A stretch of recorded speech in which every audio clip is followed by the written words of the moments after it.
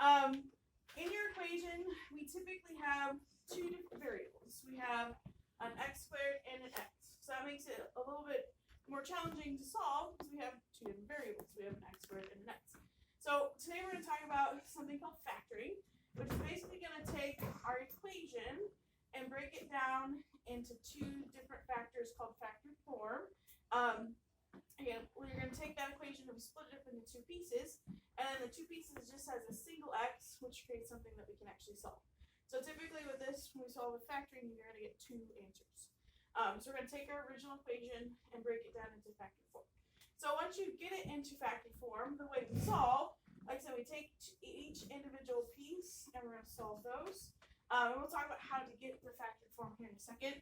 But in order for us to factor, you have to make sure your equation is in this order, which has the x squared first, the x in the middle, and a regular number at the end. And then also, it needs to equal 0. So if it doesn't equal 0, you have to rearrange it so that it does. Okay?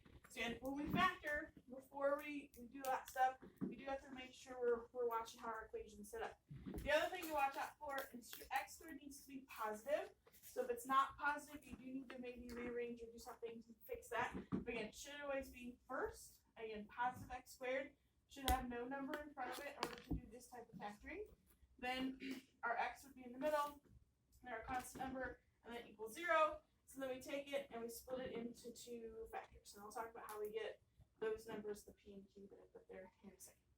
So then once you have them factored the way we solve, because I always say there's two parts to this. You're going to factor it and you're going to solve it. So I want to see your factored form, which we'll talk about that on the next slide. And then I want to see your solutions. So once you have your factors, the way we solve them is each factor gets set equal to its own 0. So we take the first factor, x plus 3, set that equal to 0, and solve it.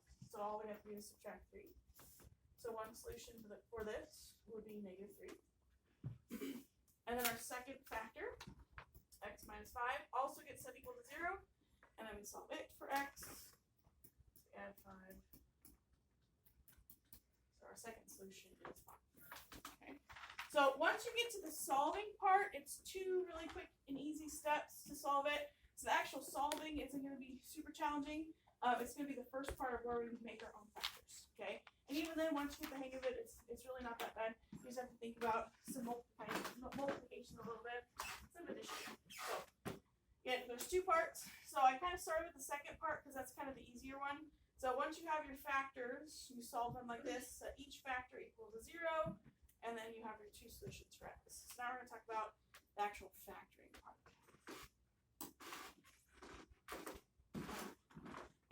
Technically, this is called trinomial factoring. So whenever we talk about different equations, a lot of times we'll end up using the word polynomial, which that just means many terms. So trinomial means, what are you supposed to? Yeah, 3. Yep. So that means there's 3 different parts. And that should make sense because whenever we factor with quadratics, usually we have 3 pieces. We have an x squared, we have an x, and we have a number. Okay? The other thing is called reverse FOIL, which I don't really use that much, but every once in a while you'll see that.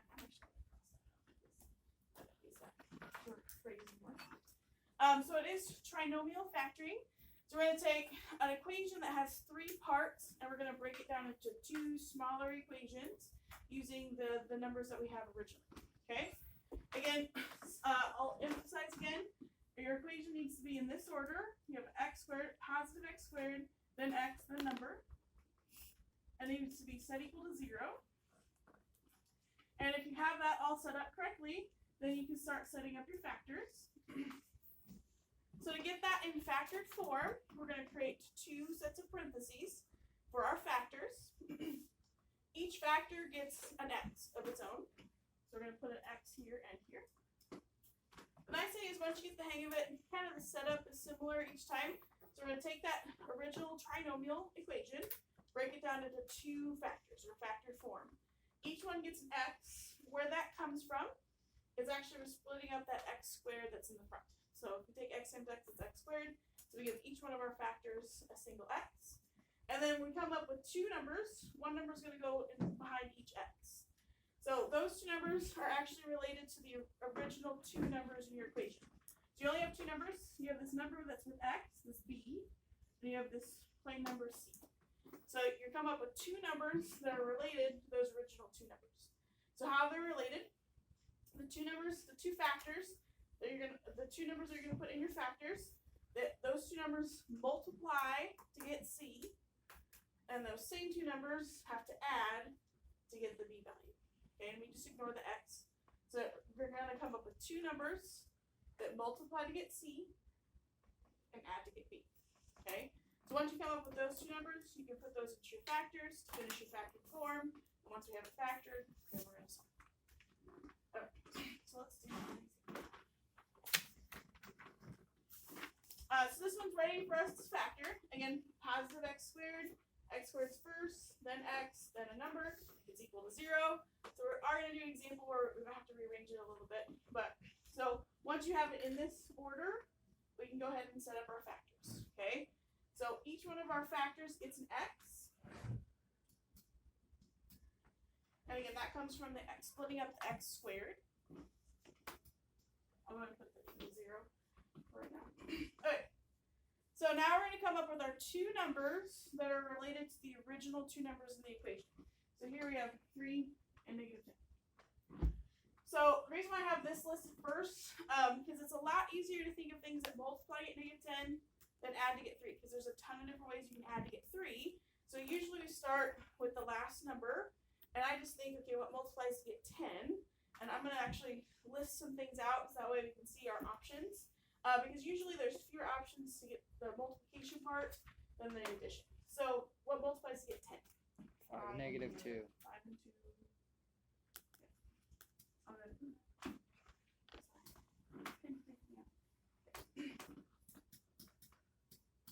Okay. So I heard them all different kinds of ways. So these are only two options we have: 1 and 10 and 2 and 5. Now, one of the numbers is going to have to be negative, because we are going to have to multiply to get to a negative 10. I didn't put the negative up there yet, because where the negative is going to go, that's when we're going to throw in our second possibility, because we have to multiply to get the last number and add to get the middle number. So we're multiplying to get to a negative 10, adding to get to a positive 3. So which one of the numbers in the set can I make negative? The 2. Yep, so if we make 2 negative, 2 times negative 5 is at negative 10. 2 plus negative 2 plus 5 is at positive 3. So then I can use that option. Okay. So behind one of the x's, I'm going to put a -2. And then I have to have a sign with it. And so with the positive 5, I'm just going to put a plus sign with it. So there is my factor form. So that's the first part. Factor, then solve. Everyone good with how I got the factors? I'm actually going to go ahead and circle this, because like I said, I always treat it as two parts, because I want to see your factors, and then I want you to solve it. So part A, factor. Part B, we're going to solve it. So once you have your factors, that's going back to that first little example I did. Once you have your two different factors from your factored form, you're going to take each one of them and set it equal to 0. So we're going to take x minus 2 equal to 0. What's x going to equal? 2. Yep, because I just have to add 2. So x equals 2. And I take x plus 5. Is that equal to 0? What's x going to equal? Maybe 5.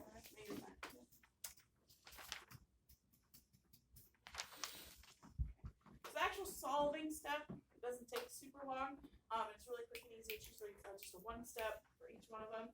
So we have our two solutions, 2 and negative 5. And they do end up being opposite of what our original factors are. So that's why I like to see your factored form first, and then your solutions. Questions on this? Can we choose like either one to find multiplication for them? Like I could choose the 3 too if I wanted to, right? It always has to be the last number. Okay. You can choose, or like I could have put 5 in front of 2. Okay. Let's do another one. I realized after I had copied that my spacing on that one is weird. I'm sorry. There's not a ton of spacing.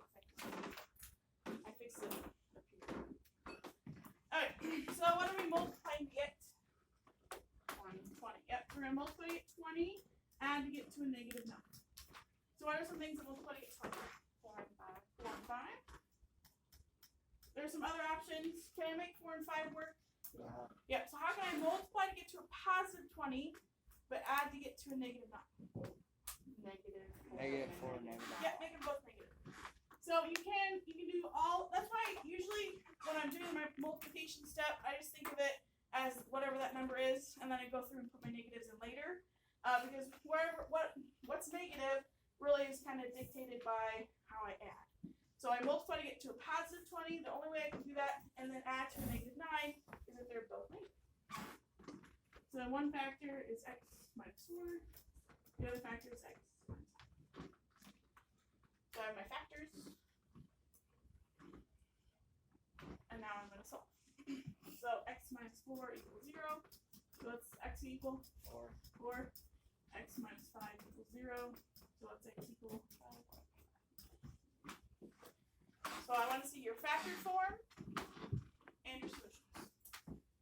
If you do a little bit of kind of combining steps for your work, that's fine. But again, as long as I see your factored form and your solutions, that's what I'm looking for. Okay.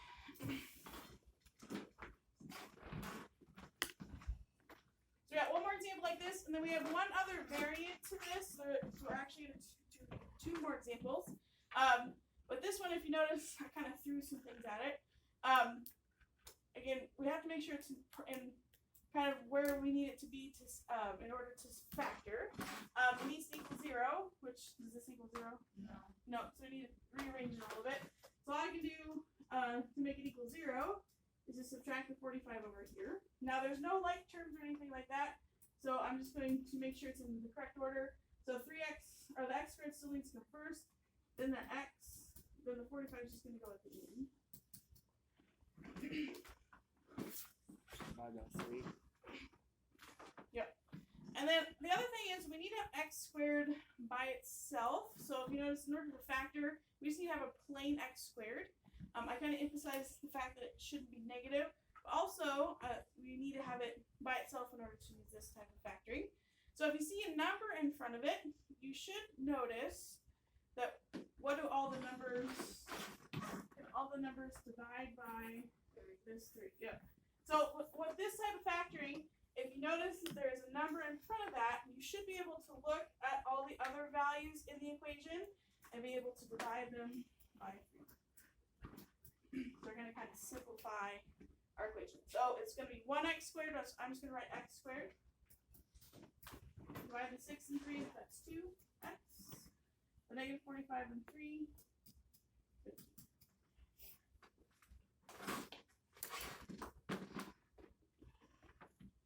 So now we have it ready to factor. So x squared's by itself, everything's together in the proper order on one side, it's equal to 0.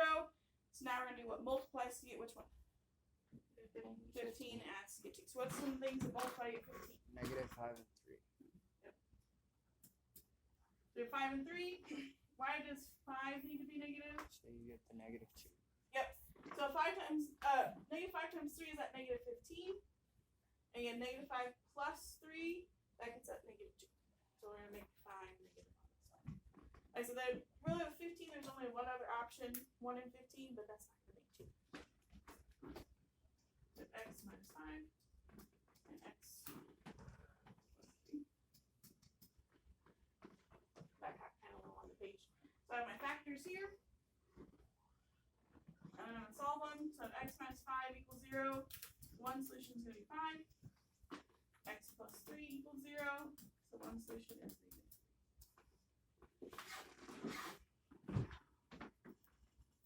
Any questions on that? Like, so we have one other example. There's just one other variant. It actually looks pretty different. But we actually end up using the same type of thinking, and I'll show you.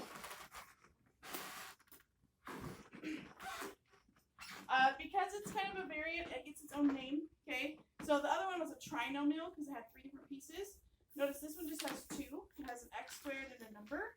And it's called a difference of 2 squares because in order for this to work, you have to have a plain x squared, then you have to have a subtraction, so that's why there's a difference, and then the number that's with it has to be a perfect square. Okay, so everyone know what a perfect square is. Okay, like 49 is perfect square because 7 and 7. 25 will be a perfect square, 5 and 5. So anything that has a factor that's the same number is a perfect square. So here's the reason why, even though this looks different, we actually can use the same thinking. The thing we're missing in this equation is that middle x term, okay? So we never write it like this, but just for real quick, what we're missing is that x squared, or not x squared, x. So for just real quick, because we never usually write it like this, I'm gonna make it look like our other stuff, okay? So we actually have 3 pieces. So we're missing that middle x, so it's like we have 0x.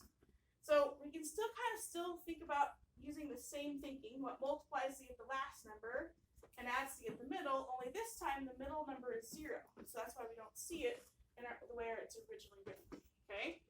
So what can multiply to get to negative 49 and add to get 0?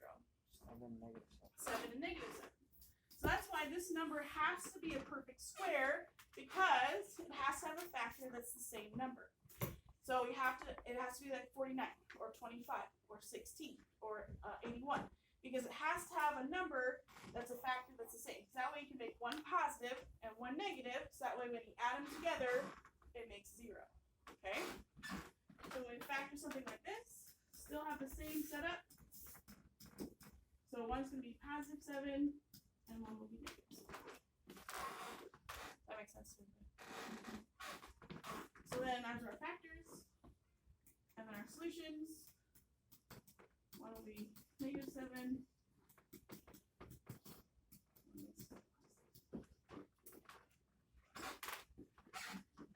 So even though it looked a little different, that's why we pair it with this, because we can actually use the same thinking. It just has to be a perfect square in order for that to work. Okay? Same rules apply to it needs to equal 0, so if it doesn't, make sure it does. Make sure the x squared is by itself, so if there's a number in front so you can divide. Again, that number has to be perfect square in order for this variant. Any questions?